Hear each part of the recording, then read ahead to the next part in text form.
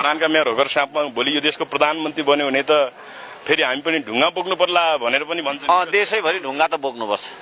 ढुङ्गा किन बोकिन्छ भन्दाखेरि नि निर्माण कार्य हुन्छ, त्यसले गर्दा ढुङ्गालाई त असर पर्ला नि मेयर साहब, हिँड्नै सक्नुहुन्न। होइन नि, सबै मान्छे मै जस्तो छरी त हुन्छ। फिट एन्ड फाइन होइन, ढुङ्गा बोक्नुपर्छ। मन्त्री प्रधानमन्त्रीले ढुङ्गा बोक्दा के हुन्छ? श्रममा आएर बोकिदिँदा हुन्थ्यो भनेको मैले त पत्र पनि पठाएँ, लेटर प्याडमा आउनु भएन। मन्त्री प्रधानमन्त्री भएपछि नाली सोर्छ भने अनि होइन के हुन्छ काम गर्दा? श्रमको सबैको सम्मान गर्नु हो सानो ठुलो भन्नु। र यो ढुङ्गा बोक्नु भनेको चाहिँ निर्माण कार्य गर्नु हो क्या, त्यसै ढुङ्गा बोकिन्छ र होइन जिममा पो यसो फलाम उचालिन्छ होइन, त्यो त होइन नि त। त्यसले त निर्माण कार्य भइरहेछ भन्ने बुझ्नु पर्यो क्या। अनि सबैले ढुङ्गा त बोक्नै पर्यो, देशले बनाउनु परेन, निर्माण गर्नु पर्यो होइन। अनि कहीँ कतै पुल छैन, मान्छे छैन यत्रो होइन, साँगोमा तर्दा तर्दै लडी झरेको देखिराखेको छ, त्यहाँ ढुङ्गा बोक्नु पर्दैन? परिहाल्यो होइन। बाटो छैन, हिलाम्य छ, त्यहाँ ढुङ्गा बोक्नु पर्यो परिहाल्यो होइन।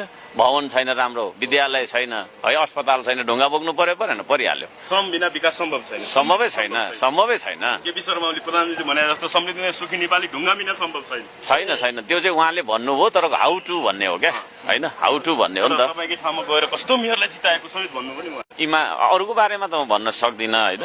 मेरो बारेमा चाहिँ इमान्दार भएर म काम गर्छु, बोली नराम्रो छ, खस्रो छु,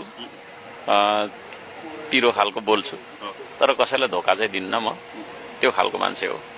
यो मेरो नेचर हो। अब नेचर चेन्ज हुँदैन होइन, फर्मेट मात्रै चेन्ज हुन्छ, नेचर चेन्ज हुँदैन क्या। हो, स्वभाव परिवर्तन हुँदैन, स्वरूप परिवर्तन हुन्छ, स्वभाव परिवर्तन हुँदैन।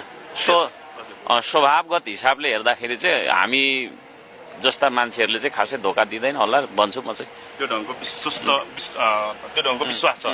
त्यो